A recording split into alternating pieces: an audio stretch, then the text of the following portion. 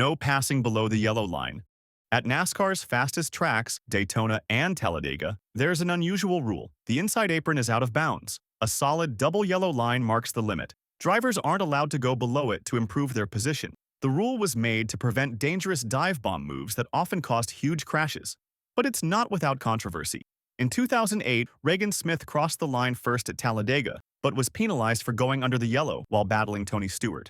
Was he forced down, or did he break the rule? Fans still debate it. It's NASCAR's most confusing boundary. Freeze the field. No racing back to the caution. Believe it or not, drivers once raced full speed back to the flag stand after a crash, even with wrecked cars sitting on the track. It took a near disaster to change that. In 2003 at New Hampshire, Dale Jarrett's car stalled in the middle of the track while the pack stormed by 3 wide under yellow. Miraculously, no one hit him. After that, NASCAR scrapped the old gentleman's agreement and made it official. When the caution flies, positions freeze. No passing allowed. It let safety crews respond immediately. A weird piece of history, but one that finally brought some sanity. The Lucky Dog Free Pass. It sounds more like a game show perk than a racing rule, but the Lucky Dog is very real. When a caution comes out, the first driver 1 lap down gets a free pass. 1 lap back, no strings attached. NASCAR introduced it in late 2003 after banning the old, dangerous practice of racing back to the yellow. Before, lapped cars would speed up to unlap themselves, even with wrecks on track.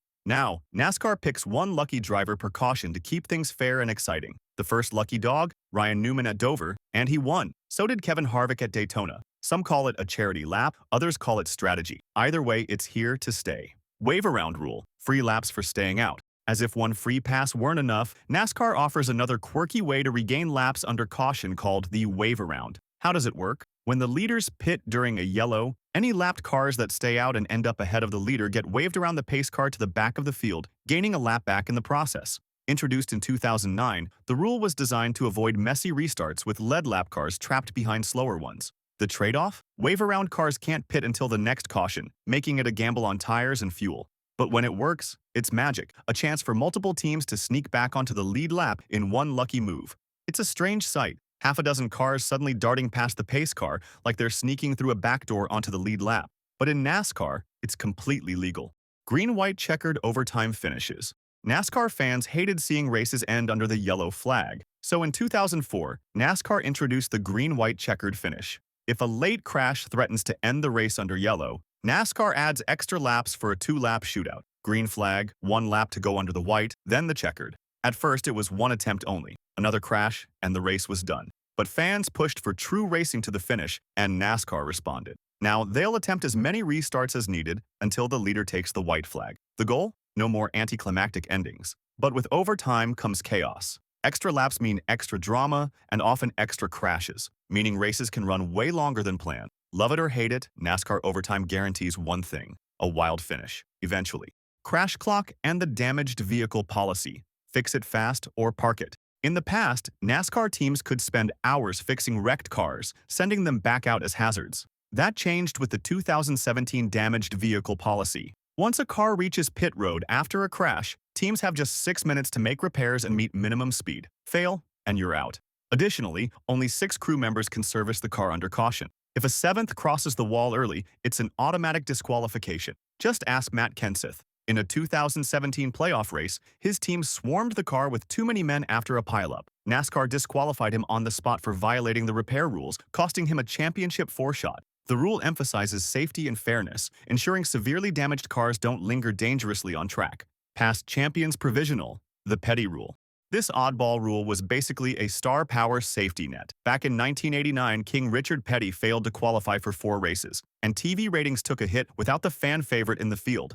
So in 1991, NASCAR introduced the Champions Provisional, a rule that guaranteed 1 starting spot for a former Cup Series champion who failed to qualify on speed. The idea was to honor past legends and keep big names in the race, but it quickly got out of hand. In 1998, Darrell Waltrip used the provisional 20 times, long past his prime. Teams even got creative. In 2008, Petty Enterprises brought in 51-year-old Terry Labonte just to claim the spot. NASCAR eventually limited its use, and by 2016, it was scrapped in the Cup Series with the arrival of the charter system. It still exists in lower series, but today, it's mostly a quirky, controversial footnote in NASCAR history. The 100% rule. No intentionally throwing the race. After a 2013 scandal, NASCAR literally had to mandate trying your best. Yes, really. In September 2013 at Richmond, Michael Waltrip's team was caught staging a scandal. One driver spun on purpose, others slowed down, all to manipulate who made the playoffs. NASCAR was furious. Massive penalties followed, and a new rule was born. The 100% rule, officially called the performance obligation. It bans any act that intentionally alters the outcome, fake spins, phantom debris, or helping teammates gain spots unfairly. NASCAR President Mike Helton made it clear, interfere with the natural result and expect harsh punishment. It's strange that such a rule even had to be written. Isn't trying your best the whole point? But after that debacle, NASCAR made sportsmanship mandatory, not assumed. Actions detrimental, watch your mouth, and more. NASCAR has a broad rule called actions detrimental to stock car racing, which penalizes behavior that harms the sport's image. It acts as a conduct policy and has been used to fine or suspend drivers for unsportsmanlike or controversial actions. In 2013, Denny Hamlin was fined $25,000 under the actions detrimental rule for mildly criticizing the new Gen 6 car in an interview. NASCAR said his comments were bad for business. Since then, drivers have been secretly fined for tweets, punished for live TV profanity, and even forced to issue public apologies. The message? If you publicly trash NASCAR, its cars, or its officials, expect the mysterious Section 12-1 to show up. The rule can also cover fights or dirty on-track payback. It's broad on purpose, but everyone in the garage knows what it really means. You embarrass the sport and now you're paying for it. In short, don't bite the hand that feeds you, at least not in public. Stay in your car. No on-track tantrums rule. NASCAR drivers are fiery by nature. It used to be common to see them climb out after a wreck, march onto the track, and throw helmets or point fingers at whoever wrecked them. But in 2014, tragedy struck during a non-NASCAR dirt race when a driver left his car to confront Tony Stewart and was fatally hit. In response, NASCAR made it official. After a crash, drivers must stay in their cars unless it's unsafe, like fire or smoke. You wait for safety crews, cool off, and stay buckled in. Break the rule, and you risk a penalty. It may seem like common sense, but adrenaline runs high. Now, safety, not drama, comes first, even if it means fewer helmet tosses on live TV. Mandatory fireproof underwear. Dress code gets personal.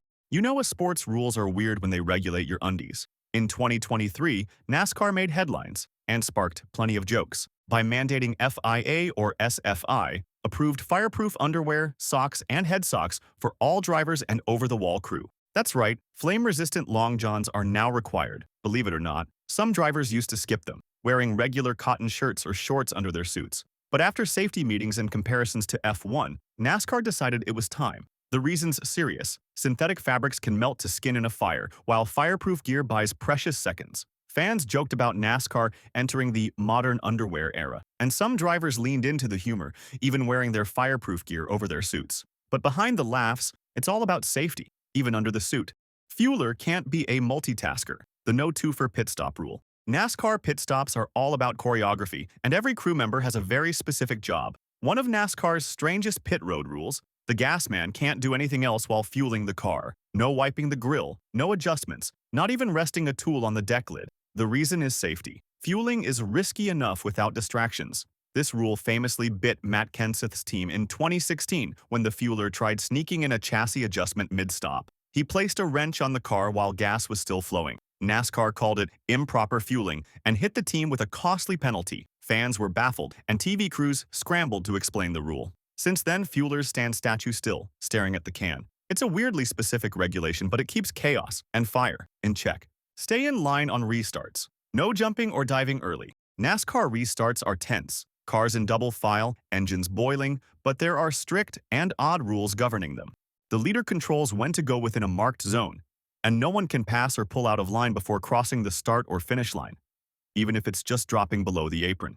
In 2017 at Kansas, Martin Truex Jr. jumped the gun by inches, diving low too early. NASCAR hit him with a pass-through penalty. Truex was stunned. It had been emphasized in the drivers' meeting that day, and he still got nabbed. The rule exists to keep restarts fair. No guessing the flag or slingshot moves before the green truly flies. If the second-place car beats the leader to the line, that's a penalty too. In NASCAR, timing the restart is everything. Drivers can lay back and slingshot forward. That's legal if timed right. But if you jump the gun, it's a no-no. The goal is a clean drag race to turn one, but the split-second timing often leaves fans and crews scratching their heads, wondering what just happened. No wall-riding video game moves. The Hail Melon ban. Ross Chastain broke the internet and NASCAR's rule logic when he pulled off the Hail Melon.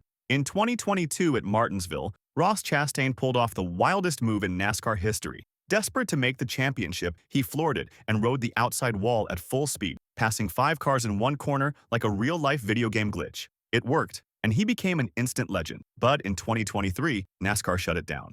No new rule was written, they simply clarified, any deliberate wall riding to gain spots will be penalized as a safety violation. Chastain hit over 100 miles per hour against concrete, a dangerous gamble. Drivers agreed it was awesome, but too risky to repeat. The Hail Melon will live on in highlight reels, but it's officially a once-in-a-lifetime move you'll never see again.